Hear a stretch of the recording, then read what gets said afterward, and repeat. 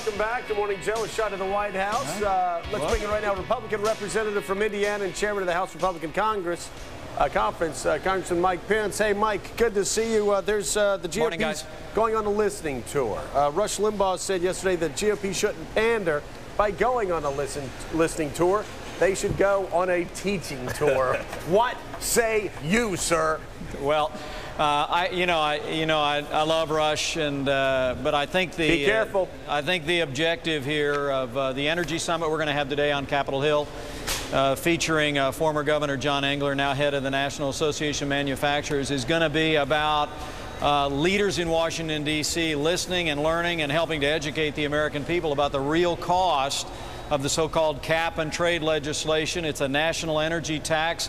I think the efforts that Leader Boehner and our Republican whip Eric Cantor have been fomenting since the beginning of the year are all about demonstrating that Republicans have the new ideas to lead this country, but we're going to take those ideas out across America. And I think that's a very welcome approach. You're against an energy tax. Yeah.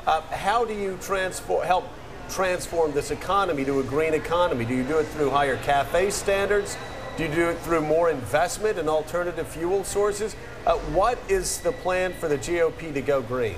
Well, that's a great question. The American Energy Working Group, which I've been asked to chair by John Boehner here on Capitol Hill, is going to have this first summit today. You can look in on it, Joe. First thing we want to do is do no harm. We think the last thing you want to do in a difficult economy is raise energy costs on every American household by more than $3,000 okay, so you're per year. Against but the step tax. You're against step the tax, two is to move us in the direction of energy independence. And Republicans last year came up with an all-of-the-above energy strategy. We're going to add to that. We believe that by making a renewed commitment to nuclear energy, which is clean, remember, Joe, and by encouraging cleaner technologies, the implementation of cleaner technologies, and giving incentives to coal-burning power plants, let me cut you off here. What about conservation? Because sure. would you not say that there is something very radical, not conservative at all, about a country that has 4% of the world's population spending 25% of its energy, consuming 25% of its energy? Why don't we raise CAFE standards? Why don't we push conservation? Isn't that a good step until we come up with alternative fuel sources? Well, Joe, you may not know, in the last Congress, I actually joined with John Dingell in that CAFE standard compromise.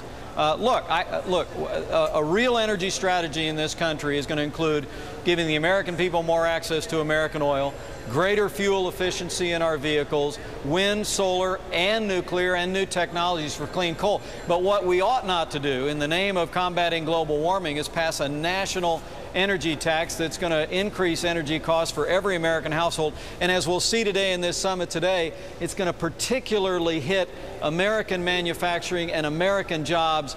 And last time I checked, the last thing we want to do in this economy is raise the burden on American employers. All right, Congressman Mike Pence, it is the American Energy Solutions Group. It's an energy summit to talk about cap and trade and taxing. Thank you so much for being with us.